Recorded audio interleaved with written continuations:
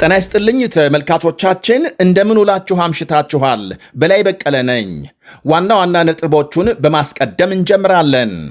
ኢራን የሆርሙዝ መተላለፊያን ባቋረጡ መርከቦች ላይ ተኩስ መክፈቷ ተነገረም። ኢራን ልታስፈራራን እየሞከረች ነው ብለዋል ፕሬዝዳንት ትራምፕ። የህንድ መርከቦች በኢራን ጥቃት እንደተፈጸመባቸው ሲነገር፣ በሊባኖስ የፈረንሳይ ወታደር መገደሉ ትልቅ ውዝግብ አስነስቷል። በዩክሬን ዋና ከተማ ኪየቭ አንድ ታጣቂ ጎዳና ላይ የፈጸመው ጥቃት አነጋጋሪ ሆኖ አምሽቷል። ሁሉንም በዝርዝር እናቀርባለን። አብራችሁን እንድትቆዩ ጋብዛለሁ።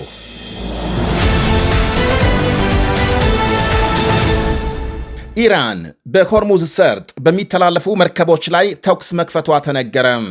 ቴሄራን የሆርሙዝ መተላለፊያ ሙሉ በሙሉ መከፈቱን ትላንት ይፋ ማድረጓን ተከትሎ መተላለፊያውን መልሳ ዘግታለች። አሜሪካም የኢራን ባህር ክልል ላይ የጣለችውን እገዳ ካላነሳች የሆርሙዝ ሰርጥ ፈጽሞ አይከፈትም ብሏል የሀገሪቱ ብሔራዊ ጸጥታ ምክር ቤት ባወጣው መግለጫ። ፕሬዝዳንት ትራምፕ ሆርሙዝ ቢከፈትም በኢራን ባህር ክልል ላይ የተጣለው እገዳ ተጨማሪ ጉዳዮች እስኪጠናቀቁ እንደማይነሳ ትላንት መግለጻቸው ይታወሳል። የሆርሙዝ መተላለፊያ ዳግም መዘጋቱን ተከትሎ ዛሬ 3 በሚደርሱ የንግድ መርከቦች ላይ የኢራን ጦር ተኩስ መክፈቱን ዘገቦች አመልክተዋል። መርከቦቹ የባህር ወሽመጡን ለመሻገር ሲሞክሩ ተኩስ እንደተከፈተባቸው ከመነገሩ ውጪ ስለደረሰ ጉዳትም ሆነ ስለ መርከቦቹ ማንነት እስካሁን የተባለ የለም። መርከቦቹ መተላለፊያውን ከማቋረጣቸው በፊት ከኢራን ባህር ኃይል የሬዲዮ ማስጠንቀቂያ መልእክት ደርሷቸው እንደነበር የቴሄራን ባለሥልጣናት ገልጸዋል። በመርከቦቹ ላይ ተኩስ የከፈቱት ደግሞ የኢራን ታጣቂ ጀልባዎች ናቸው። የኢራን የሆርሙዝን ሰርጥ መልሳ መዝጋቷ ፕሬዝዳንት ትራምፕ በቅርቡ ይደረሳል ባሉት ስምምነት ላይ ጥርጣሬ እንዲፈጠር አድርጓል። ትላንት አርብ ከቀኑ 10 ሰዓት የኢራን ውጭ ጉዳይ ሚኒስትር አባስ አራግቺ የሆርሙዝ መተላለፊያ ሙሉ በሙሉ መከፈቱን ካስታወቁ ከደቂቃዎች በኋላ ፕሬዝዳንት ትራምፕ የምስጋና መግለጫ በማውጣት ሆኖም በኢራን ወደቦች የተጣሉት እገዳዎች ሌሎች ጉዳዮች እስኪሟሉ እንደማይነሱ ገልጸዋል። ከሰዓታት በኋላ ሌሊት 7 ሰዓት ገደማ የኢራን ፓርላማ አፈ ጉባኤ መሐመድ ባጋር ትራምፕ የሚሉት በሙሉ ሐሰት እንደሆነና አሜሪካም በቴሄራን ላይ የጣለችው እገዳ እስከሚነሳ የሆርሙዝ መተላለፊያ ዝግ ሆኖ እንደሚቆይ በማስታወቅ በመተላለፊያው መከፈት በተፈጠረው ደስታ ላይ ቀዝቃዛ ውሃ ጨምረዋል። የኢራን ጦር አስከትሎ ባወጣው መግለጫ አሜሪካ ሆርሙዝን ለመክፈት የሚያስችሉ ግዴታዎችን ስላልፈጸመች በመተላለፊያው የሚደረግ ቁጥጥር እንደሚቀጥል አስታውቋል። ይኸው የኢራን ጦር መግለጫ በሀገሪቱ ቴሌቪዥን መተላለፉን ተከትሎ በርካታ መርከቦች አቅጣጫ መቀየራቸው ይነገራል።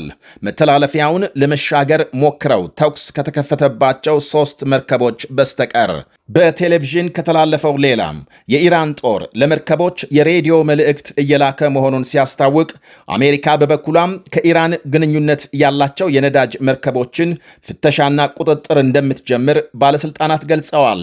በዓለም አቀፍ የውሃ መስመር የሚንቀሳቀሱ የንግድ መርከቦች ሳይቀሩ ለኢራን ጦር መሳሪያ አለመጫናቸውን ለማረጋገጥ ተይዘው እንደሚፈተሹ ዎል ስትሪት ጆርናል ዘግቧል። ይህ በእንዲህ እንዳለ ድፍድፍ ነዳጅ የጫኑ 2 የህንድ መርከቦች የሆርሙዝ ሰርጥን ሲያቋርጡ ጥቃት እንደተፈጸመባቸው የሀገሪቱ የውጭ ጉዳይ ሚኒስቴር ማምሻውን አረጋግጧል። ከጉዳዩ ጋር በተገናኘ በህንድ የኢራን አምባሳደር በህንድ መንግስት ተጠርተው ጥያቄ እንደቀረበላቸው ሚኒስቴሩ አመልክቷል።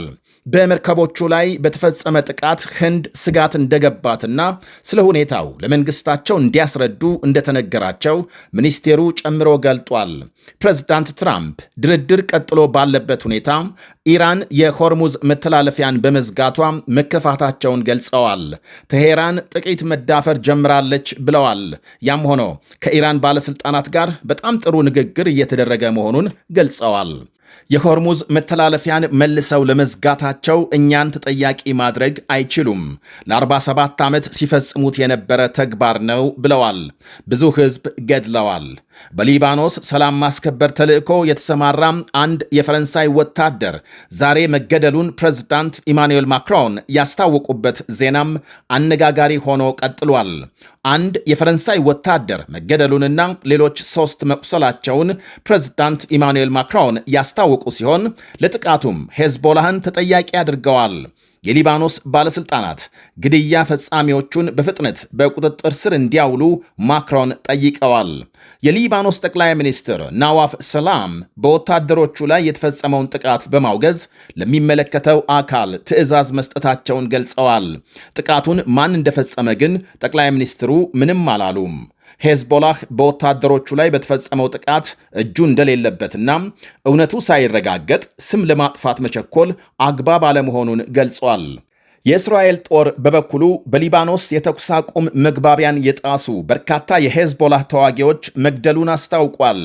የተኩስ አቁም መግባቢያ ስምምነት በመጣስ በደቡባዊ ሊባኖስ በእስራኤል ጦር ላይ አደጋ ለመደቀን የሞከሩ በርካታ የሄዝቦላህ ተዋጊዎች መገደላቸውን አመልክቷል። የእስራኤል ወታደሮች በአካባቢው የሚንቀሳቀስ የሄዝቦላህ ሴል መኖሩን ካረጋገጡ በኋላ በአየር ድብደባ ሊደመሰስ መቻሉን አክሏል። ከሄዝቦላህ በኩል እስካሁን የተሰጠ ምላሽ የለም። ይህ በእንዲህ እንዳለ የእስራኤል መከላከያ ሚኒስቴር በደቡባዊ ሊባኖስ የጸጥታ ቢጫ መስመር መከለሉን አስታውቋል። የእስራኤል ጦር ልክ በጋዛ እንዳደረገው በሊባኖስም በቢጫ መስመር የጸጥታ ቀጠና መለየቱን ገልጧል።